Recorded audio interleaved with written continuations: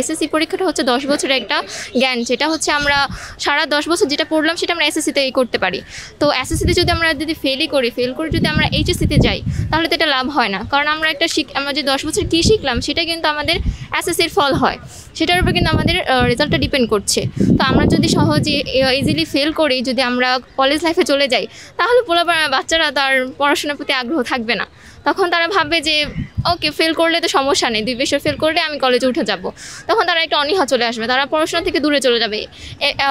এখন বাচ্চারা এভাবেই পড়াশোনা করতে চায় না, এখন তার বিভিন্ন কাজে আসক্ত হয়ে পড়ে, বিভিন্ন ফোন, কম্পিউটার, খেলাধুলা, খুব পড়াশোনার প্রতি খুবই অনীহা থাকে তাদের। স্যান্ডেলিনা সো, রূপচর্চায় আভিজাত্য। তো এক্ষেত্রে তারা আরও সুযোগ পেয়ে যাবে, যেহেতু ফেল হলে সমস্যা নেই, কলেজে উঠাই যাবে। তো সেক্ষেত্রে পড়াশোনা শিক্ষার্থীরা আরও পিছিয়ে যাবে। অনেক কষ্ট করছি, পড়ালেখা করে পাশ করছি, তারপরে এসএসসিতে গিয়ে ভর্তি হয়েছি। আর এখন যদি ইজিভাবে যে 2টা সাবজেক্টে ফেল করলাম, তো আমি আবার চলে গেলাম এসএসসিতে, তো এর কাছে ইজি লাগবো যে আমি 3 সাবজেক্টেও ফেল করলে কোনো সমস্যা নাই, আমি পিছনে থাকতে পারবো, ওইটা পড়ালেখা অনীহা আসবে। এই বিষয়টা হচ্ছে শিক্ষার্থীদের প্রতি অনেক প্রভাব ফেলবে, তারা পড়ার প্রতি অনীহা এসে যাবে। তারা মনে করবে যে 2টা সাবজেক্টে ফেল করলে আমাদের কিছু হবে না, আমরা পরবর্তীতে এটা হচ্ছে পরীক্ষা দিয়ে আবার পাশ করতে পারবো। আমার মনে হয় না যে এটা হচ্ছে ভালো একটা পদক্ষেপ। আমরা তো হচ্ছে 2020 সালে এসএসসি দিয়েছিলাম, তো আমাদের সময় 70% সিলেবাস ছিল, কিন্তু তা আমাদের সবগুলো বিষয়ে পরীক্ষা হয়েছিল।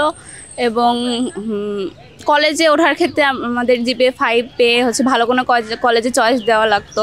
তারপরে আমাদের কোনো একটা কলেজ পাইতাম, তারপরে আমরা সেখানে হচ্ছে পছন্দ মতো কলেজে, তারপরে নাম্বার অনুযায়ী বা জিপিএ 5 অনুসারে আমরা হচ্ছে অন্য কলেজে পড়ার সুযোগ পাইতাম।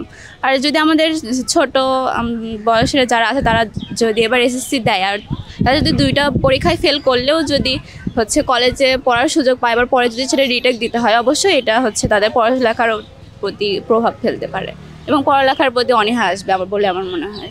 আগের নিয়মটা ভালো ছিল, যেখানে আমরা হচ্ছে পরীক্ষা দিয়ে তারপর রেজাল্টের অনুযায়ী আমরা ভর্তি হতাম। একটা রেজাল্ট আসতো, সেখানে আমরা একটা চয়েস দিতাম। একটা কলেজে দিতে গেলে একটা পয়েন্ট লাগতো, যেমন একটা কলেজে দিতে গেলে আমার 3.5-এর নিচে হবে না। তো সেখানে বাচ্চারা 2টা বিষয় ফেল করেই চান্স পেয়ে যাবে, তো এটা তো ভালো হবে না। সেখানে আর আমরা যখন পরীক্ষা দিতাম, যে রেজাল্টটা যখন আসতো, তখন আমাদের কলেজে ওঠার একটা আগ্রহ থাকতো। আর এখন বাচ্চারা কোনো আগ্রহ কাজ করবে না, তারা ভাববে যে পরীক্ষা দিলাম, হয়ে গেল, পাশ ফেল আসলে তো আমরা চান্স পাবোই। তো সেক্ষেত্রে তাদের পড়াশোনা খুবই খারাপের দিকে যাবে আবার বলে মনে হচ্ছে। তাই ভাবছি আগের নিয়মটাই ভালো ছিল। সবগুলো বিষয়ে পরীক্ষা দেওয়া আর পাশ করা, জিপিএ 5 পাওয়া, আগের যে নিয়মটা ছিল ওটা থাকলেই ভালো হয়। এই বিষয়টা আসলে স্টুডেন্টদের ক্ষেত্রে আমার মনে হয় না যে ভালো হবে, কারণ আমরা কলেজে যাই কি আগে স্কুলটা শেষ করে স্কুলের ধাপ, তারপরে আমরা কলেজে উঠি।